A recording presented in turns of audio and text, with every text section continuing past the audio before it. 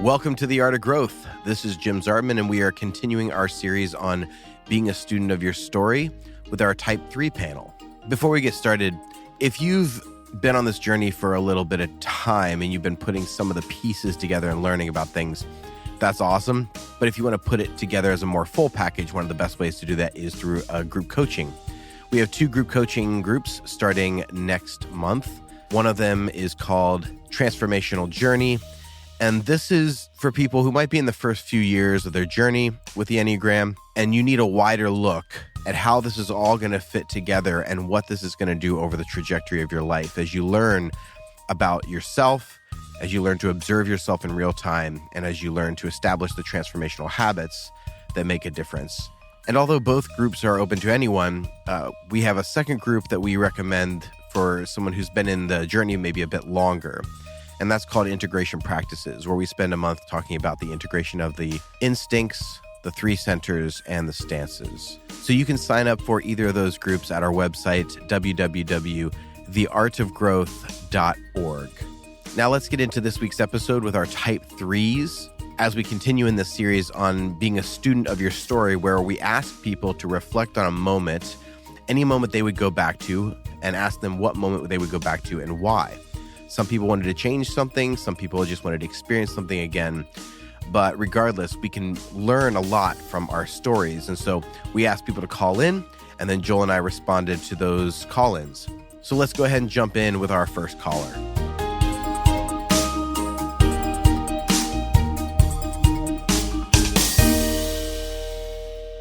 Hello, my name is Serena, and I am a self-preservation 3. Okay, if I could go back to one moment, I kind of toggle between 2 options because, hey, there's like a 3, there's a role of like my mom role, and then there's like my other like friendship social role.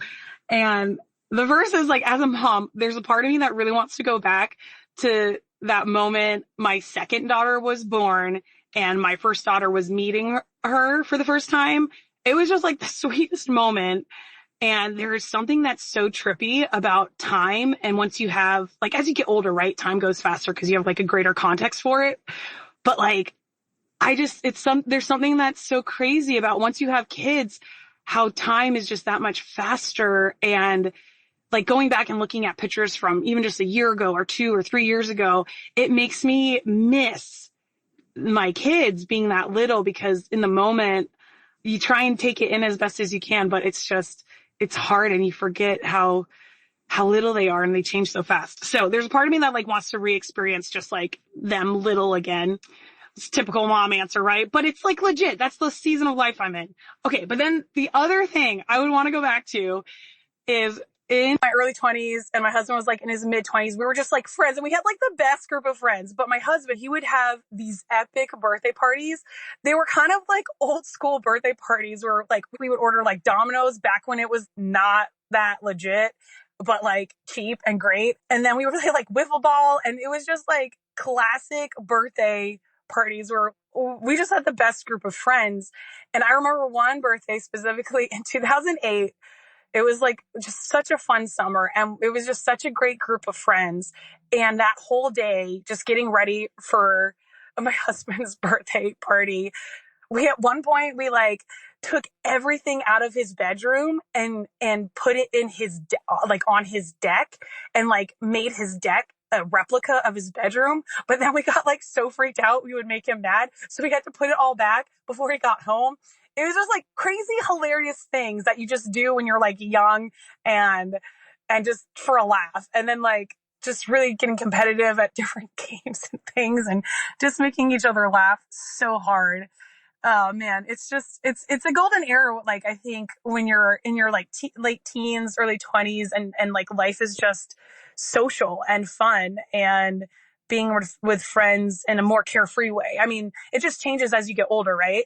In a beautiful new dynamic, but there's something about that era that was just super fun that I'm really grateful for. And I ended up, out of that group of friends, one of the guys became my husband. So, it worked out well. Oh man. All right. That was funny.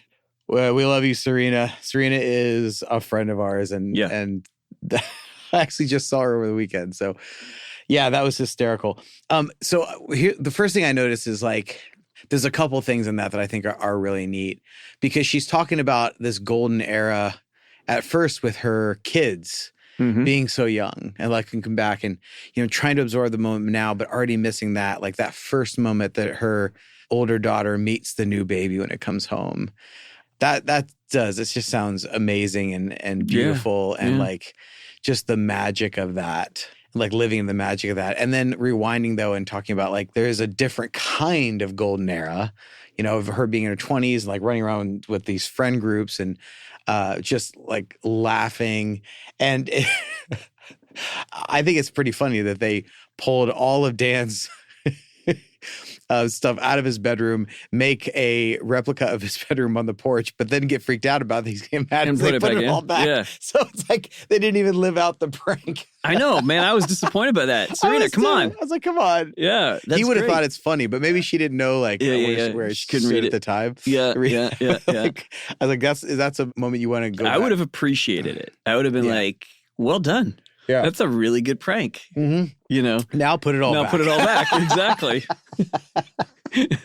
Yeah. I never thought pranks were very funny, but that's pretty harmless. And yes, it's harmless. Totally. It's not destruction of property or anything.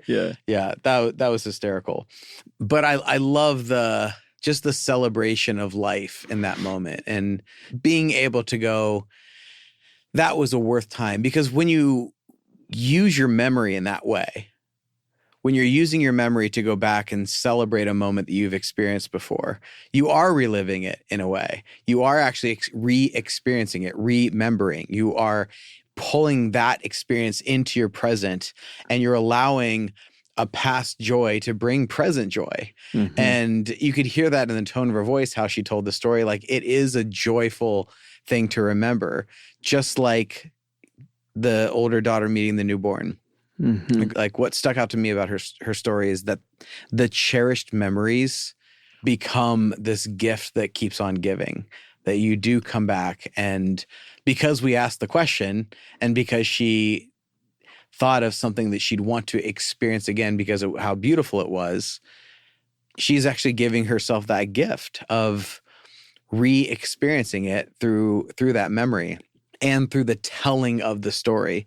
So when we tell the stories of things that we love, it does reinforce them in us, and it is a gift. We do need to do more on stories, because the stories are, there's so much to be said about it. And in some ways, stories are not representations of the past. They are dressed up, and our memory does that.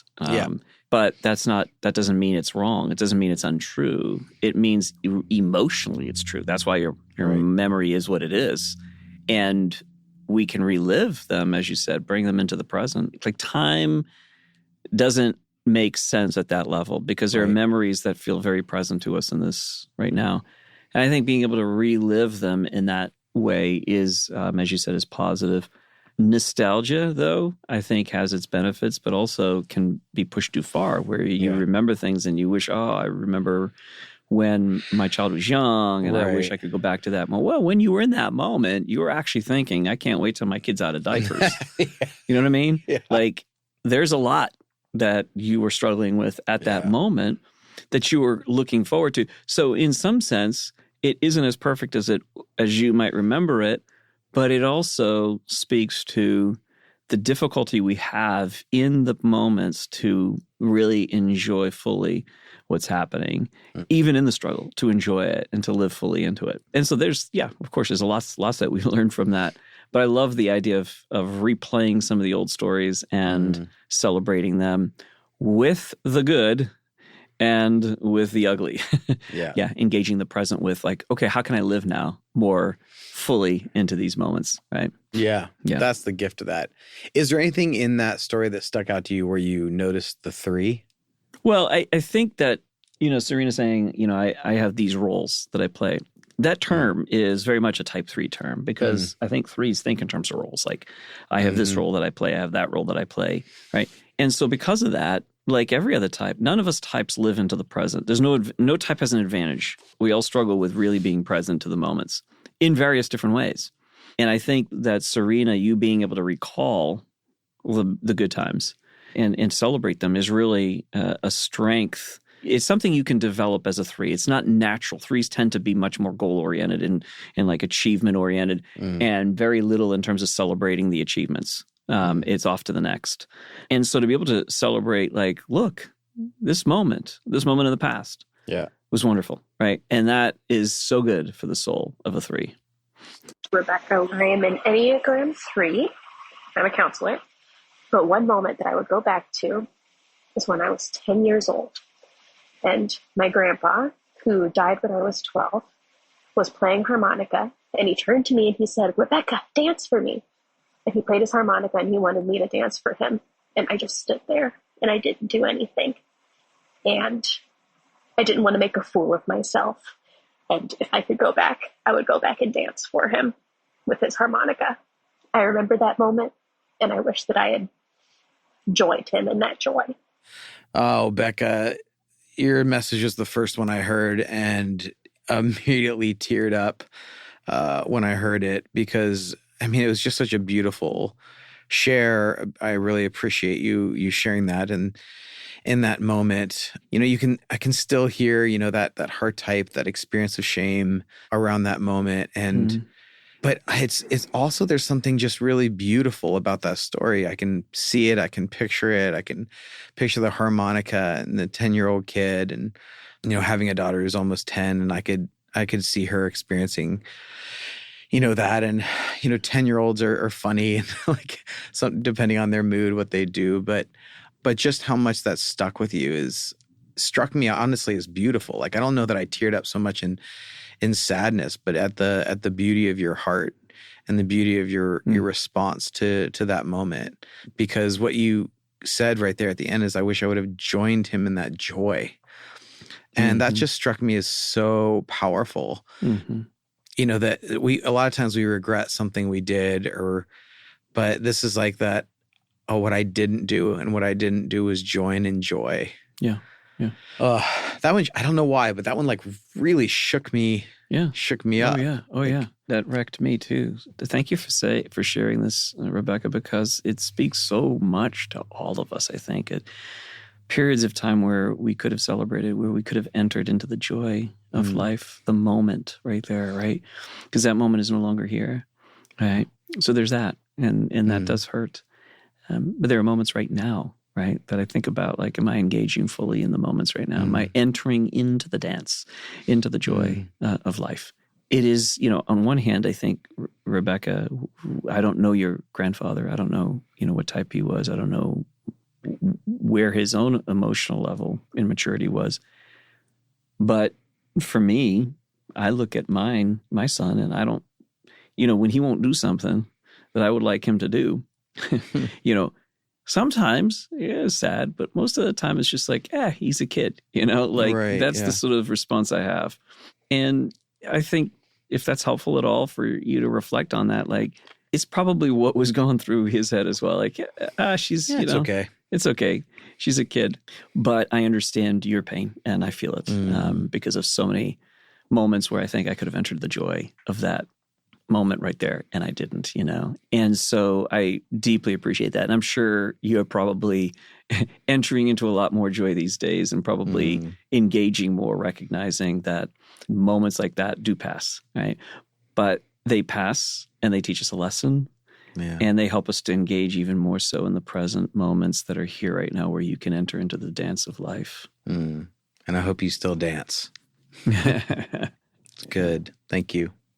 Hi, everyone. My name is Madeline, and I am an Enneagram 3. If I could go back to any moment in my life, I would go back to my sophomore year of college. That year, I had become a resident assistant at a Christian university and had very quickly become close friends with my coworkers. And something we would do from time to time was we, as a group of, 8 or so, would go play volleyball at our university gym. And volleyball is a mix of volleyball, but you're in a racquetball court, and so you can use the walls. And so I just remember it being an extremely fun time where I got to, spend a couple hours playing volleyball with my coworkers. I really enjoyed the community aspect of it and being able to exercise and be competitive while I was doing it. And so I just have very fond memories of that time in my life. All right, Madeline. I don't have a lot to respond to on that, but what sticks out to me is, again, I love the idea of celebrating that time in your life. But what stuck out to me is she's talking about volleyball and it being a fun time. I'd never heard of volleyball. Have you heard of this? Okay. Mm-hmm. Okay. So volleyball, but she's like, she had fun. So it was fun, but I got good exercise and a chance to be competitive. So yeah, we have all three of these things going. Yes, I want to have fun, but I also need to exercise. There needs to be something productive about it. There needs to be something that I'm accomplishing in the middle of this fun. And there's competition. So I get to be competitive. I get to let my 3 competitiveness out there as well as have fun and get exercise done. So there's like yes, I'm having fun, but there's a holistic thing that feeds this part of me. Oh, man. Question is, did you win? Did you win? Did you win more than you lost? Did you care? And I think that's like, to me, that's a lot of that is like the 3 at their best, though. It's like, yes, you're having fun. Mm-hmm. You're being competitive, of course, and you're accomplishing something, but are you also having fun? Because a lot of times when those 3 are on the table, like the productivity and the accomplishment and maybe the competitive aspect of that get engaged without having the fun, that can be like a recipe of burnout for the 3. And so I think those 3 elements being like, can I find more things in my life that have all 3 of those elements? Then you're probably going to be enjoying yourself a bit more. Name the 3 again. Competitive, exercise, accomplishment, and fun. Yeah. And the part that is I don't know if it's a 4th, but it's in all of that is the community piece. Mm-hmm. Yes. You know what I mean? Because again, that's the thing where 3s, when they're moving towards health, are much more inclusive of other people in their, not just as participating in a particular agenda or goal, but as in like, you know, I'm part of this and they are part of me, and together, you know, we're having fun, we're engaging in this. So yeah, those are great indications of like, I'm doing well, right? So you remember that and you're like, that was a good place for me. So in what way can I include those pieces right now, you know, in my life with more intentionality? But yeah, I love that. Really fun, really cool. Yeah, so I would ask Madeline, do you have something where there's community, competition, productivity or exercise, move the body, and then fun all together? Yeah. Because that's going to be something that will always create those kinds of memories for you. Yeah. Yeah, absolutely. Love it. Hey, I just wanted to pop in here before we got to our next caller, because one of the most important things we do at The Art of Growth is our group coaching program, and we have 2 groups starting next month. One called Transformational Journey for those who might be in the first few years and are trying to put together the pieces of the learning of the Enneagram, and one for people who may have been in this practice a bit longer called Integration Practices. Both groups are open to whoever feels they are right for them, but we wanted to give a little bit of that context. These start next month, and don't want you to miss the early bird special to sign up. So go to theartofgrowth.org and you can sign up today, or in the link that'll be in the newsletter that comes out this Thursday. Okay, let's get back to our next caller. Hi, my name is Tamara. I identify as a type 3, sexual dominant type 3. If I could go back to one moment in my life, I'd want to go back to my relationships previously in my life before I started my personal journey. I'd love to go back to my first marriage. Well, I'd be curious to see. I think in the end, it wasn't a healthy relationship no matter what I did. And I would love to go back and revisit how I handled myself in that relationship and actually have it end in a much earlier time frame, in a much healthier fashion. There was a lot of abuse and codependency and my inability to recognize it for what it was because I was so afraid of failure. And any time I looked at the relationship and how he was treating me and how we were treating each other, I felt like we just need to try harder. I needed to do better. instead of realizing that it wasn't healthy and it was counterproductive, and have more confidence in myself and trust my gut and all of that. So I would like to go back to that time frame. It was 12 to 14 years of my early adult life. Though I will say I have learned to appreciate where I'm at and the lessons I've learned. And I'm learning to be gentle and accepting. Still a long way to go, but it's working on it. So just being more true and authentic to myself than adjusting and adapting so much that I end up in situations that are not healthy and relationships that made me feel worse about myself. They were not mutually satisfying, that's for sure. Anyway, thanks, Joel and Jim, and I hope you guys are doing well and have a lovely holiday. Talk to you soon. Hey, Tamara, thank you so much for sharing that story. There's some parts of that I think any type, regardless of who you are, would resonate with, wanting to go back to the past expressly for the purpose of like performing better in a situation. There are things that other people have done to us, but then our response to what people have done to us, that's the part that oftentimes we can be pretty regretful of. I wish I'd handled that better. I wish I had been stronger. I wish I could have said this. And I think that, again, it's part of the growth path for all of us is we have to find out all the ways that we are underdeveloped in order to continue to develop. And I think life is a way of exposing that. Oh, here's an opportunity for growth, right here. Or here's another opportunity for growth. And that's what all of our experiences are like. So I appreciate what you're sharing there, Tamara, and wanting to have been, looking at your own performance, your own reaction to the situation, and recognizing ways that if you had been different, if you had been, where you are now, how you would have handled it. And now you are, and you're handling things way different than you would have in the past. But there's no other way of getting there. Right. As much as I wish that I could leapfrog, some of these, I had to face some of the things and recognize like, there's so much I didn't know that then I learn about. And then later on, I wouldn't do what I did, or I would be different in that space. She brought up something that it's a conversation I've had with a lot of people, but it has a particular flavor when it comes to the lens of the three, which is this idea around failure. Because she brought up, I didn't leave early enough. I wish I would have handled myself differently and maybe ended the relationship sooner, but I was afraid of failure. Like the relationship would be a failure. But then I've heard a lot of threes. I'm not saying this is where she's coming from, but there's almost where if I didn't leave early enough, then that was the failure. And so it's like this double trap, right? Because I need to do my due diligence or I'm going to feel like I failed, like the relationship failed. But then if I didn't leave soon enough, then I judge my performance based on I didn't leave soon enough. And so then I consider that to be a failure. Where it's really like there is no failure when it comes to this stuff. You're trying to do the best you can with where you are. The newsletter just went out, which is that whole reason for grace, which is no one's ever had to figure this out before or figured out the mystery of how to be you. No one's had to deal exactly with your situation, with your personality, with your history, with your makeup, the way you're wired. You are the only real expert in the making as you're becoming, stepping into your becoming.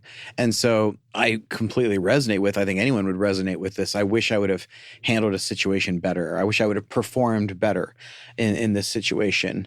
But the biggest influences in our lives, we had no say over, our DNA, our family upbringing, which gave us our relational network, the location where we live, you didn't have say over. And so there are environmental factors that influenced everything that led you into a relationship that had these, the things that you mentioned, the codependency and maybe some of that enmeshment that so many people deal with in that first relationship. And this feel that even the feeling like I need it to work out in a certain way or it should look a certain way when some people just aren't very compatible. They don't operate very easily together in a partnering capacity. They might in a different capacity, but not in that kind of a structure for the two of you. And so there is just so much of that where I see people kind of evaluating, and it's like back then I would have felt like I was a failure because I left too soon. Now I feel like a failure because I didn't leave soon enough. And it's kind of like letting both of those things go and being like, I had to walk through that. Mm-hmm. And there's so much that I learned from that because there are no tangents. There is no wasted lessons. Like all of it really does matter and belong. Yeah. You're a type 3, and type 3s almost always carry the sense of relational responsibility. 2s do, 3s do, 4s do, but in different ways. And so there's a responsibility that because you feel like it is my responsibility to make the changes, to support, to solve this problem, we can fix this. It's always that, like, we can definitely fix this and make it better. That's a high side. But on its low side, it doesn't know the difference between maybe itself and other people. Sometimes it gets lost in that. Like, your response and your reaction is your response and your reaction, not mine. Like, you have your world, you have your thoughts, and you have your behaviors, and that is yours and your responsibility. And that is where it's difficult for heart types to always know. And I don't think that that's a weakness. I just think that that's part of the process of growth. Because without the heart type, you would also not have the tremendous gifts that you have as a 3. So you just acknowledge, like, I'm less boundaried in the heart space. I always will be. But how I can grow through that is by leveraging some of the other centers, head center, body center, and using them as part of the decision-making process, Yeah, and you bring this up a lot of time. It's really good, this whole that you can't sometimes kill the thing that you would regret or the low side without killing the gift. Yeah. And, she mentioned not adjusting and adapting so much. Like, I wish I wouldn't have adjusted and adapted myself so much then, and I'm not adjusting and adapting myself so much now. And that being good. But it's like one of those things that, like, that is also the superpower of the 3, that you can adapt and you can adjust in order to navigate different situations. And that's such a gift. And if that would have been killed off at that stage, you may not have been able to thrive in that gift now. So it's like a gift that you had that there. But as I've talked to so many different 3s about, it's not about cutting off that part of you that looks outside for affirmation, that performance to get that applause, that external validation mechanism. It's not about silencing your external validation mechanism. It's about including your own voice and saying, what did I think about it? Because so many times people think that health is the opposition of what they currently are. But it's not the opposite. It's the integration. It's not just having your own voice and being able to listen to yourself, but it's the integrating of the external voice with the internal voice. And so it's like living into the gift of that, adjusting and adapting. And then you're learning how to use that gift over a lifetime in all of these different situations, work, relationships. And so that is such a gift to have that ability to adjust and adapt in a way that so many other types don't have that capacity, that it's going to take a while to learn how to use that tool that's been put in your toolbox. Yeah. It's a good thing. Yeah. Thank you, Tamara, so much for sharing that. I love that. And I think that there's a lot of 3s that'll benefit from that. So awesome. Hi, my name is Rebecca, and I identify through the lens of a type 3. I am a 56-year-old adult and have been learning through the Enneagram and through the growth path of the Enneagram for about 3 or 4 years now. And if I could go back to a time in my life, in a moment, I think that moment would be on my 5th birthday. I remember being woke up from a nap at my grandmother's house and going outside. And I don't know that I remember realizing that it was my birthday and coming outside to a swing set outside that was there for me.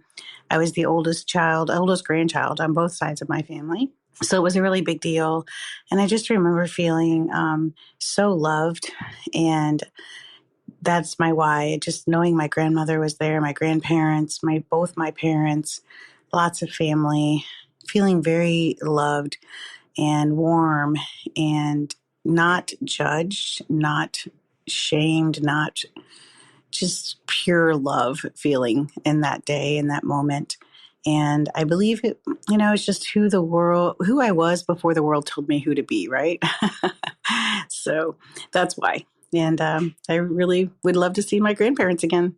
All right. I'd love to just know how many type 3s are Rebecca's, because I know at least several. It is fascinating. Type 3s who are named Rebecca. Okay. Yeah. So I think That is a magical story, Rebecca. I think about how you mentioned a few things that are so beautiful because it is the starting point where there is no sense of loss from anything. Where you walk outside at 5 years old and you see a swing set and it's a gift for you that you did not earn. You didn't do anything for it. It was a gift. And you mentioned knowing it was purely love that you were experiencing, right? Yeah. Oh my goodness, how beautiful that is. Like that is the picture of the three prior to the sort of sense at which they now have to earn everything and eke out, an existence, trying to achieve and, accomplish goals. So that's beautiful. It's one of the things you want to keep coming back to. Like, can I, not as a thing of where I'd like to go back there. Right. Because there is no going back to the point prior to that experience of the awakening. Carl Jung would talk about that's the awakening moment when you first have your big wound. Yeah. Like, oh no, I do have to earn this, right? Prior to that, you still have that within you. You still have that moment there. And so the practice of every three really is the practice of receptivity. Things do come my way without me earning it. But how do I see it? And then how do I receive it? And I think that is why I love this story so much, is because it captures that moment before then. And I love that quote, of course. Who I was before the world told me who to be. Yeah. Right, because that's that moment. That's that moment where it's like, oh, that innocent, I can totally take in love. I can totally, feel it, experience it, at that moment of what the world told me how to be, who I was, where that shifted, where that changed, where the loss of that innocence, the loss of of that whole self, takes place. Yeah.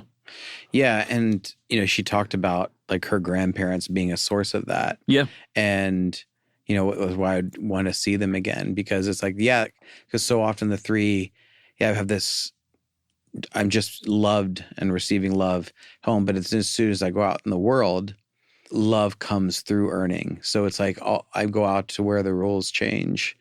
And now I have to face this. It's just like, well, now I have to look a certain way. Now I have to perform a certain way. And I need to, and it is about my performance, but this is like the opposite of performance is play. Yeah. In a lot of ways. So it's like this play, this celebration of just going, I just get to be, I just get to play. I'm just loved. And what I think I would want every three to hear is like, okay, so that's still in you. That's still part of you. How do you pull that? And if you have an example like the story, beautiful, but pull that into the present, pull that into the now, pull that into like, well, okay, so what would it look like now? To ask yourself, she said, if, 50, ask yourself at 50, what is play like for me now? What does it look like for me to play now? What does it look like for me to just receive, pure love, and to celebrate and even meditate on love without agenda that I've previously received? And I think that's a great thing to meditate on for a three. It's like, where do I have moments that I can recall where I received love without agenda? Yeah.